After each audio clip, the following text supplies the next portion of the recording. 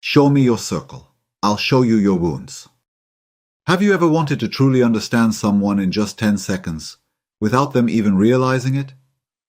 Ask them what they dislike most about people, or what problems they have in relationships. Surprisingly, their answers will reveal more about themselves than about others. What bothers us in others is often a reflection of what is unresolved within. The world mirrors our inner world, and our thoughts shape our experiences. If we carry confidence and trust within, we attract supportive, calm people. But if we're judgmental or bitter, we'll see that reflected back in the very people around us.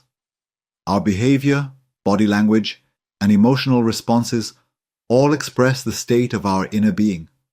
Others read our energy even when we try to mask it. A constant need to entertain may be hiding deep loneliness, and someone we find difficult may actually be mirroring our own contradictions.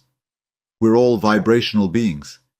Even pets take on their owner's psychological patterns. Watch closely and you'll see. A kind dog usually lives with a kind person. A distrustful animal often reveals a lack of authenticity in its human companion. Every person or event that disturbs us holds a message. Instead of asking, "What's wrong with them?" ask, "Why does this affect me? Is there a quality I long for? A wound I haven't healed?"